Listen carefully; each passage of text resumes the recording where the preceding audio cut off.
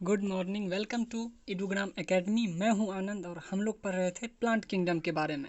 हम लोगों ने पिछले वीडियो लेक्चर में देखा था क्लासिफिकेशन प्लांट किंगडम का, उसको कैसे डिवीज़न किया गया, किसने डिवीज़न किया और किस बेसिस पे उसका डिवीज़न हुआ प्लांट किंगडम का। आज हम लोग देखेंगे द्विनाम पद्धति के बारे में, यानी बाइनोमियल नोमेनक्लेचर के बारे में। द्विनाम पद्धति क्या है और ये कैसे आया, क्यों आया। तो हम लोग ये जानते हैं कि इस दुनिया में बहुत सारे स्पीसीज़ हैं, बहुत सारे पेड़ हैं, बहुत सारे पौधे हैं, बहुत सारा मतलब जो वेरिएशन है, बायोडाइवर्सिटी जो है वो बहुत ही बड़ी है इस पूरे इकोसिस्टम की। तो और यहाँ पे क्या है कि बहुत भाषाएं हैं, अलग अलग देश की, अलग अलग जगह की, अलग अलग देशों में, अलग अलग जगहों पे अलग अलग चीज़ों को, अलग अलग स्पीसीज़ को, अलग अलग पेड़ को, पौधों को, जीव को अलग अलग नाम से बुलाया जाता है। तो यहाँ पे एक सबसे बड़ी समस्या ये उत्पन्न होती है कि हम ये कैसे जानें कि किस चीज़ को कहाँ पे क्या कहा जाता है। तो शिक्षाविदों के लिए या आम लोगों के लिए भी ये काफ़ी मुश्किल हो जाता है जानना कि सब चीज़ों को याद रखना। एक ही नाम को अब अलग अलग कई तरह का नाम याद रखना उसके लिए बहुत ज़्यादा मुश्किल हो जाता। तो इस समस्या के हल के लिए कुछ वैज्ञानिकों ने मिलकर एक ऐसा नामकरण पद्धति खोजा जिसमें किसी भी स्पीसीज़ के लिए एक स्पेशल नाम होता था, एक स्पेशल वैज्ञानिक नाम दिया गया उनको, जो कि हर जगह सिर्फ उसको उस जीव को या उस स्पीसीज़ के लिए हर जगह उसी स्पेशल नाम का प्रयोग किया जाता था। तो इससे क्या हुआ, इससे उस जीव के बारे में, उस स्पीसीज़ के बारे में, उस प्लांट या उस एनिमल के बारे में जानने में सुविधा हुई। तो द्विनाम पद्धति जो है, द्विनाम नामकरण पद्धति यानी बाइनोमियल नोमेनक्लेचर जो है वो इसीलिए दिया गया था ताकि सुविधा हो किसी भी स्पीसीज़ के बारे में जानने में। तो आइए देखते हैं इसके बारे में ये क्या है। द्विनाम पद्धति जो है पादप और जंतु के वैज्ञानिक स्तर पे नामकरण की प्रक्रिया है। मतलब कि किसी भी जीव जंतु का, किसी भी पादप का या किसी भी जंतु का वैज्ञानिक नाम रख देना, एक स्पेशल नाम रख देना, ताकि वो पूरे विश्व में, पूरे मतलब सोसाइटी में जो है उसको उसी नाम से जाना जाए, उसके लिए अलग अलग नाम ना हो। और इस पद्धति को या इस समस्या को सुधारने के लिए सबसे पहले आए थे एक साहब, गॉस्पर्ड बहिर्न साहब। 1623 ईस्वी में उन्होंने ऐसा किया था। इस सर्वप्रथम इस द्विनाम नामकरण पद्धति के बारे में उन्होंने शुरुआत की थी। लेकिन इसका प्रचलन जो है, इसके बारे में बहुत सारी थ्योरीज और इसके बारे में पूर्ण रूप से, विस्तृत रूप से कैरोलस लीनियस साहब ने डिटेल बताया। उसको ही द्विनाम पद्धति का पिता भी कहा जाता है। उन्होंने ही इसके बारे में बहुत सारी शोधें की, बहुत सारे जो है कुछ नियम्स बनाए। तो इसका मुख्य श्रेय जाता है कैरोलस लीनियस साहब ने, जिन्होंने अपने एक पुस्तक स्पीसीज प्लांटेरम ने 1753 ईस्वी में इस पद्धति का उल्लेख किया था। और इस पद्धति के अनुसार जो है उन्होंने कुछ नियम बताए, 2-3 नियम बताए, जिसके अनुसार किसी भी जो है मैं बता दूं कि किसी भी जीव के लिए, किसी भी पौधे के लिए जो वैज्ञानिक नाम लिखा जाता है वो मुख्य रूप से 2 अक्षरों में रहता है, 2 वर्ड्स उसमें रहते हैं। एक होता है वंश का नाम और दूसरा होता है जाति का नाम। अर्थात जो थ्योरी है, द्विनाम नामकरण पद्धति जो है, उसके अनुसार किसी भी जीव का, किसी भी पौधे का जो वैज्ञानिक नाम होता है वो 2 भाग में बटा होता है। पहला नाम उसके वंश का होता है, जीनस का, और दूसरा नाम उसके जाति का होता है, स्पीसीज का। तो इसमें क्या उन्होंने नियम बताए कि द्विनाम पद्धति में वंश या प्रजाति के नाम का पहला अक्षर अंग्रेजी के वर्णमाला के बड़े अक्षर से प्रारंभ होता है और इसके बाद जितना भी जाति और वंश का नाम है वो छोटे अक्षर से होता है। मतलब आपने साइंटिफिक नेम के बारे में अक्सर कहीं ना कहीं देखा होगा, पढ़ा होगा, ये पूछा भी जाता है बहुत जगह कि इसका साइंटिफिक नाम क्या है। ह्यूमन का सबसे कॉमन, जैसे आपने जाना होगा कि ह्यूमन का साइंटिफिक नेम है होमो सेपियंस। तो अगर हम होमो सेपियंस लिखते हैं तो उसमें होमो का सिर्फ एच कैपिटल लिखा जाएगा, उसके बाद पूरा का पूरा OMO, होमो का अदर लेटर भी स्मॉल होगा, और सेपियंस जो लिखा जाएगा उसका भी एच से लेके फिर बाकी एच तक वो सब स्मॉल होगा। मतलब जीनस और स्पीसीज जो 2 अलग अलग वर्ड्स होंगे उसमें सिर्फ जीनस का पहला लेटर कैपिटल होगा, बाकी सब स्मॉल होंगे। तो ये था पहला नियम। इसके अतिरिक्त ये है कि चूंकि हम उसको हाथ से लिखते हैं तो जब भी वो हाथ से लिखा जाएगा तो दोनों को अलग अलग अंडरलाइन किया जाएगा, जिसमें पहला नाम जीनस होगा और दूसरा नाम स्पीसीज का होगा। तो ये है बायोनोमियल नोमेनक्लेचर सिस्टम, द्विनाम नामकरण पद्धति, जिसके अनुसार हर जीव का, हर स्पीसीज का, हर प्लांट का जो है स्पेशल नाम है, स्पेशल साइंटिफिक नाम है। तो ये वही है। आगे देखते हैं 5 जगतीय वर्गीकरण। मैंने बताया कि यहाँ की बायोडाइवर्सिटी, हमारी जो बायोडाइवर्सिटी है वो बहुत बड़ी है। यहाँ जैव विविधता इतनी है कि हम इतना आसानी से सब कुछ को क्लासीफाई नहीं कर सकते, सब कुछ को जान नहीं सकते कि कौन क्या है, कैसे है।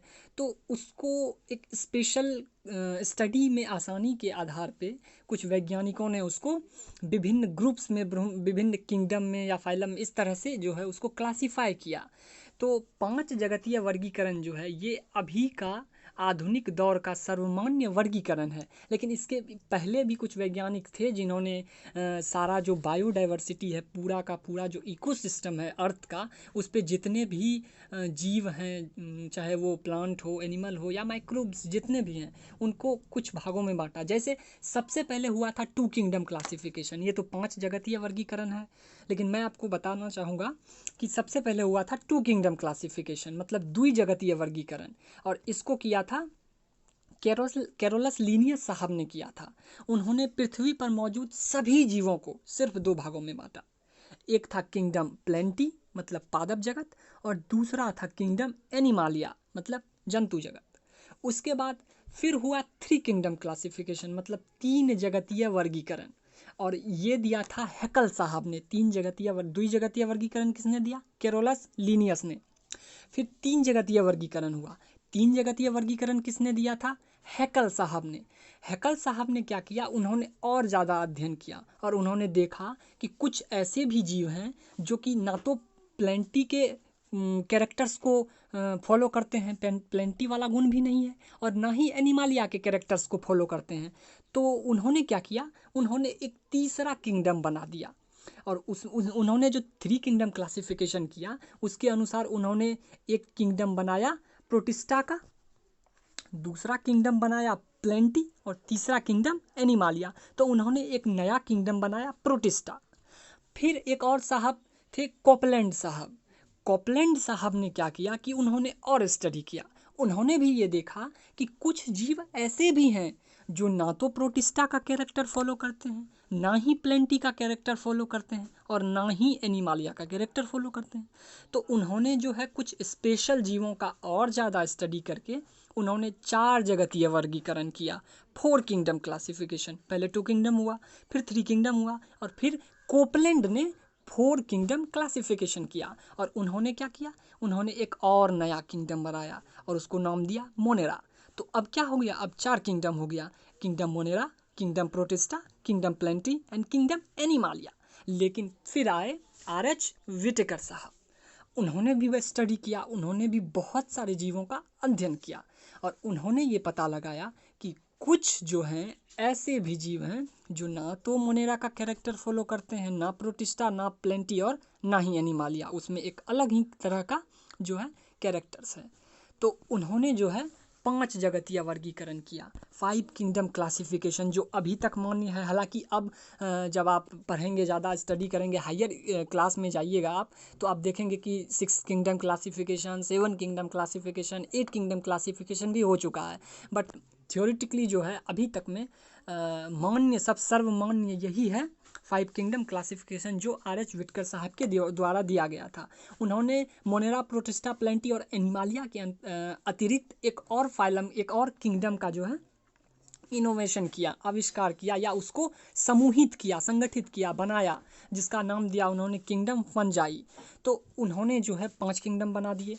पहला कौन था? Kingdom Monera. दूसरा कौन था? Kingdom protista. तीसरा कौन था? Kingdom fungi. चौथा कौन था? Kingdom plenty. और पांचवा किंगडम एनिमालिया। दैट मीन्स मैं फिर से एक बार रिवाइज करा दूं कि 2 किंगडम क्लासिफिकेशन दिया कैरोलस लीनियस ने, 2 किंगडम क्लासिफिकेशन, 3 किंगडम क्लासिफिकेशन दिया हैकेल ने, 4 किंगडम क्लासिफिकेशन दिया कॉपलैंड ने, और 5 किंगडम क्लासिफिकेशन दिया आर.एच. विटेकर ने, जो सर्वमान्य है, अभी तक सबसे ज़्यादा मान्य है।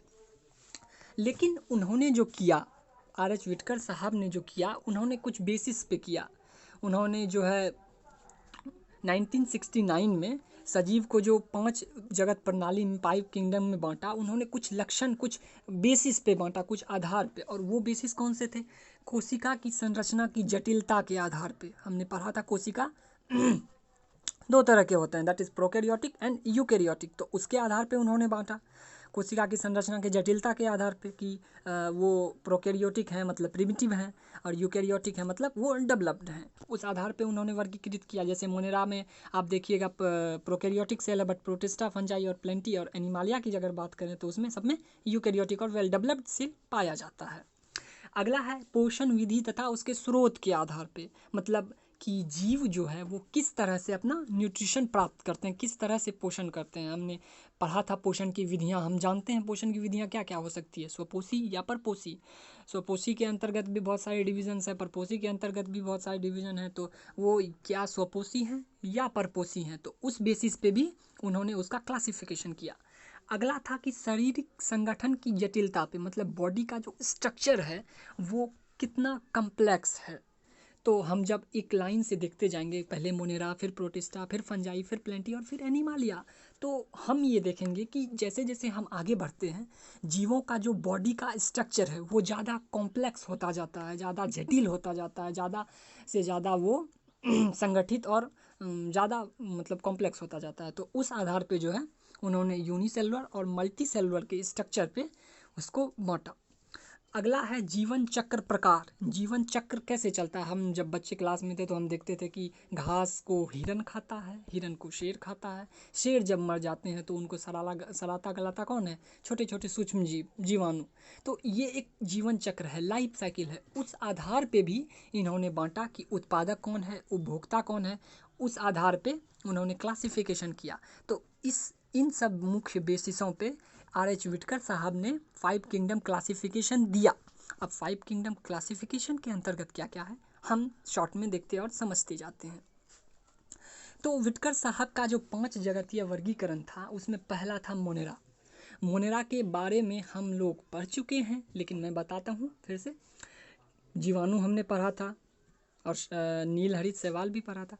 तो इसमें क्या है कि मोनेरा के अंतर्गत सभी प्रोकैरियोटिक जीव आते हैं, जिसमें अविकसित केंद्रक पाया जाता है, सेल ऑर्गेनेल्स अनुपस्थित होता है, और इसका अंतर्गत आता है, इसके अंतर्गत नील हरित शैवाल यानी BGA, blue green algae and bacterias इसके अंतर्गत आते हैं।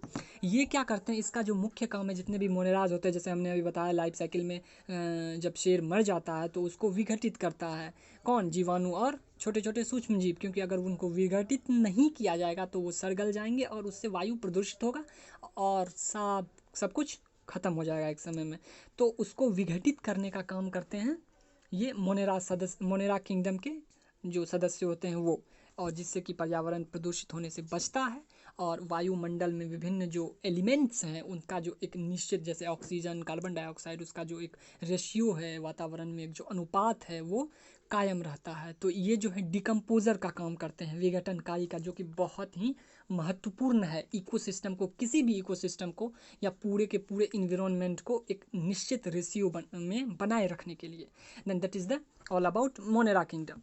And when we talk about the Protista, second one, तो इसमें क्या होता है कि यूनिसेलुलर इसमें भी होते हैं, एक कोशिकीय, मतलब जिस जीव का शरीर एक कोशिका से बना हो। यूकैरियोटिक होते हैं, तो यूकैरियोटिक सेल की शुरुआत जो है वो प्रोटिस्टा से ही होती है। तो यूकैरियोटिक जीव जगत जो है इसमें होता है। यूकैरियोटिक सेल के बारे में हमने थोड़ा बहुत जाना है, मैं फिर से बता दूं कि यूकैरियोटिक एक वेल डेवलप्ड सेल है जिसमें सारे कोशिकांग पाए जाते हैं। इसमें केंद्रक भी होता है, माइटोकॉन्ड्रिया, गोल्गी बॉडी, इन सब की तरह जो सेल ऑर्गेनेल्स होते हैं वो सब इसमें पाए जाते हैं। इसमें पूर्ण विकसित केंद्रक होता है। ये या तो स्वतंत्र जीवी होते हैं, फ्री लिविंग होते हैं, मतलब स्वतंत्र विचरण करते हैं, यहाँ वहाँ 9-17 करते रहते हैं। या तो पारासाइट होते हैं, मतलब दूसरे पे डिपेंड करते हैं, जैसे आप पारासाइट हैं या तो ऑटोट्रॉफिक होते हैं, स्वपोषी, जो खुद अपना भोजन बनाए। ये सभी प्रकार के हो सकते हैं, बहुत सारे डिविजन्स है इसमें, वो होते हैं। और इसका उदाहरण क्या है? युगलिना, आपने नाम सुना होगा युगलिना। वो क्या है? स्वपोषी है, ऑटोट्रॉफिक, क्योंकि इसमें क्लोरोफिल पाया जाता है। जब आप उसका स्ट्रक्चर देखिएगा युगलिना का, तो इसमें क्लोरोफिल होता है जिससे ये खुद भोजन करता है। लेकिन अमीबा, अमीबा क्या है? स्वतंत्र जीवी यूनिसेलुलर है। अमीबा के बारे में सब कोई जानता होगा कि उसका जो है स्ट्रक्चर मतलब अनडिफाइन होता है, वो किसी भी प्रकार का होता है, वो हर जगह पाया जाता है, यूनिसेलुलर होता है, लेकिन वो स्वतंत्र जीवी भी होता है। और एक है प्लाज्मोडियम। प्लाज्मोडियम क्या है कि मलेरिया जो होता है मादा क्यूलेक्स मच्छर के काटने से, तो वो प्लाज्मोडियम के ही कारण होता है। उसमें जो मच्छर होता है वो सिर्फ एक वाहक है जो प्लाज्मोडियम को एक जगह से दूसरे जगह, एक बॉडी से दूसरे बॉडी में ट्रांसफ़र करता है। तो प्लाज्मोडियम क्या है? एक कोशिकीय पैरासाइट है जिसके कारण मलेरिया होता है। तो ये भी प्रोटिस्टा संघ का ही जीव है। तो ये था all about Monera and protista. And अब जो है बाकी जो किंगडम्स थे वो प्रोटिस्टा से ही एक तरह से डेवलप हुए थे, प्रोटिस्टा से ही निकले थे, या यूँ कहा जाए कि प्रोटिस्टा से ही उसका विकास हुआ है। तो अगला है प्लेंटी, जिसके बारे में हम पढ़ रहे हैं और आगे पढ़ेंगे। तो इसमें तो हमने पिछले क्लास में इसका क्लासिफिकेशन देखा था। तो इसमें एल्गी आते हैं, ब्रायोफाइट्स आते हैं, टेरिडोफाइट्स आते हैं, एंजियोस्पर्म, जिम्नोस्पर्म, ये सब आते हैं। इसका जो एक्सटर्नल सेल वाल है वो बना होता है सेलुलोज से। उसके बाद इसका कोशिका को जो कि इसके कोशिका को प्रोटेक्ट करते हैं। लेकिन एनिमल सेल में, प्लांट सेल और एनिमल सेल में सबसे बड़ा डिफरेंस यही है कि प्लांट सेल में सेलुलोज से बना सेल वाल होता है और एनिमल सेल में सेल वाल नहीं होता है, उसका एक्सटर्नल लेयर सेल मेम्ब्रेन होता है। तो ये क्या होता है, प्लांटी में बहुत सारे, मतलब लगभग कह सकते हैं कि सब के सब स्वपोषी होते हैं, लेकिन कुछ ऐसे भी होते हैं जो परभक्षी होते हैं। कुछ प्लांट्स भी ऐसे हैं जो परपोषी हैं या दूसरे पे डिपेंड करते हैं, लेकिन अधिकतर, मतलब अधिकांशतः, लगभग सारे के सारे वो ऑटोट्रॉफिक होते हैं। वो सूर्य प्रकाश में फोटोसिंथेसिस करते हैं जिससे अपना भोजन स्वयं बनाते हैं। तो ये था प्लेंटी के बारे में। अगला है कवक। हाँ, ये रहा कवक। अगला है कवक। कवक भी एक किंगडम है जो कि हम कवक एक कोशिकीय यूकेरियोटिक जो है, ये भी ये यूनिसेलुलर भी होता है और मल्टी सेलुलर, अधिकतर ये मल्टी सेलुलर होते हैं कवक। तो मॉल्ट्स, मशरूम वही गोबर छत्ता, पब बॉल, ब्रैकेट, ये सब यूकेरियोटिक को मिला के कवक किंगडम बनता है। तो ये क्या होते हैं, ये मृतोपजीवी होते हैं, सरे गले मरे पर ये डिपेंड करते हैं भोजन के लिए, न्यूट्रिशन के लिए। ये एक कोशिकीय भी होते हैं और बहुकोशिकीय भी होते हैं। और ये क्या होते हैं, पैरासाइट। पैरासाइट में भी क्या, स्पोरोबिक यानी मृतोपजीवी। क्यों होते हैं ये मृतोपजीवी? क्योंकि इसमें क्लोरोफिल या पर्णहरित जो होता है वो नहीं होता है। ये अहरित संरचना है जिसके लिए इसको माइसीलियम भी कहा जाता है। ये मैं बता दूं कि कवक को माइसीलियम भी कहा जाता है। और इसका जो यूनिट होता है वो हाइफा कहलाता है। जैसे कि जीवन का संरचनात्मक और क्रियात्मक इकाई हम कहते हैं यूनिट कोशिका, उसी तरह कवक का भी जो है उसका जो क्रिया संरचनात्मक यूनिट जो है वो हाइफा कहलाता है।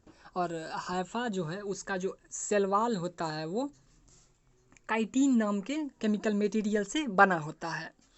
और इसमें जो है वो फ्लैजिला नहीं पाया जाता है, कशाभिका नहीं पाया जाता है। ये था कवक के बारे में। कवक भी एक किंगडम है, बहुत बड़ा किंगडम है जो मृतोपजीवी होता है, सरे गले जीवों पे आश्रित रह के अपना भोजन प्राप्त करता है। तो ये भी एक तरह से डिकम्पोजर का काम करता है, विघटन का काम करता है। सरे गले जीवों से उसका न्यूट्रिशन लेके उसको ख़त्म कर देता है, उसको गला सड़ा देता है, उसको वायुमंडल में पुनः उसके मेन जो कंपोनेंट है, मेन जो एलिमेंट है उसमें उसको वापस कर देता है। और इसके एग्जांपल्स हैं पिक्सीनिया, राइजोपस, एस्पार्जिलस, सिस्टोपस, ये सब कवक के नाम हैं। तो और सबसे वेल डेवलप्ड आता है, सबसे बड़ा और सबसे विस्तृत जो किंगडम है वो है एनिमालिया का। सबसे लास्ट किंगडम एनिमालिया, जिसमें हम लोग भी आते हैं। Animalia is not only about us. Animalia में बहुत सारे जीव हैं। इसके अंतर्गत जितने भी यूकेरियोटिक हैं, मल्टी सेलुलर जीव हैं, सबको क्लासिफाइड किया गया है। इसको मेटाजोआ भी कहते हैं। तो अगर हम मेटाजोआ की बात करें तो मेटाजोआ क्या है, दो तरह के डिविजन्स हैं, एक है प्रोटोजोआ, एक मेटाजोआ। प्रोटोजोआ मतलब हुआ कि प्रिमिटिव जीव, और मेटाजोआ हुआ कि जिसमें बहुत सारा सेल डिविजन्स होता, मतलब वो जिसमें बहुत सारा कॉम्प्लेक्सिटी पाया जाता है, जटिलताएं पाई जाती है। तो मेटाजोआ इसको एनिमालिया को कहा जाता है। इस ग्रुप के जो, इस किंगडम के जो सभी सदस्य हैं वो सब क्या होते हैं, परपोषी होते हैं, दूसरे पे डिपेंड करते हैं। वो किस पे निर्भर करते हैं, उत्पादक पे, मतलब जो खुद बनाता है। प्लांटी, जैसे प्लांट उत्पादक कहलाता है, प्लांट को उत्पादक कहा जाता है क्योंकि वो भोजन बनाते हैं, वो उत्पादक पे निर्भर करते हैं। और एनिमल किंगडम जो है, जिस तरह हम प्लांट किंगडम पढ़ रहे हैं उस तरह एनिमल किंगडम भी है। एनिमल किंगडम बहुत ही बड़ा है। ये आगे चल के जब आप जानेंगे, एनिमल किंगडम को देखेंगे, तो ये बहुत सारे फाइलम में बटा है, 12-13 फाइलम्स में बटा होता है। फिर वो कुछ 2-3 सब फाइलम्स होते हैं, उसके बाद बहुत सारा क्लास होता है, ऑर्डर होता है, फैमिलीज़ होती है, सब फैमिलीज़ होती है, जीनस होता है, स्पीसीज होता है। तो ये बहुत ही बड़ा किंगडम है जिसके बारे में पढ़ना बहुत ही ज़रूरी होता है। इसके अंतर्गत हाइड्रा, कीट, मछली, सरीसृप, सर्प, पक्षी तथा सभी स्तनधारी, सभी मेमल्स आते हैं। इस जगत में क्या होता है, सर्वाधिक विभिन्नता, सबसे ज़्यादा बायोडाइवर्सिटी एनिमालिया किंगडम में ही होती है। ये मल्टी सेलुलर और बहुत ही कम्प्लेक्स स्ट्रक्चर, इसका जो टिश्यू स्ट्रक्चर होता है वो बहुत ही कम्प्लेक्स होता है। तो ये था ओवरऑल अबाउट ऑल किंगडम्स, कैसे सारे किंगडम्स का जो है हमने शॉर्ट आउट देखा। तो आज के वीडियो में इतना ही। बाकी हम प्लांट किंगडम के बारे में और डिटेल से अगले वीडियो में पढ़ेंगे, अगले लेक्चर में जानेंगे। हमारी वीडियोस को यूट्यूब पे लाइक कीजिए, हमारे चैनल एडुग्राम एकेडमी को सब्सक्राइब कीजिए और वीडियोस को अधिक से अधिक शेयर कीजिए। हमारे मेन सारे कोर्सेज जो हैं और उसके सारे PDFs हमारे एंड्रॉयड ऐप पे अवेलेबल हैं, जो कि आप प्ले स्टोर से जाकर डाउनलोड कर सकते हैं, जिसका नीचे वीडियो के नीचे लिंक डिस्क्रिप्शन में दिया जा रहा है। आज के लिए इतना ही। Thank you.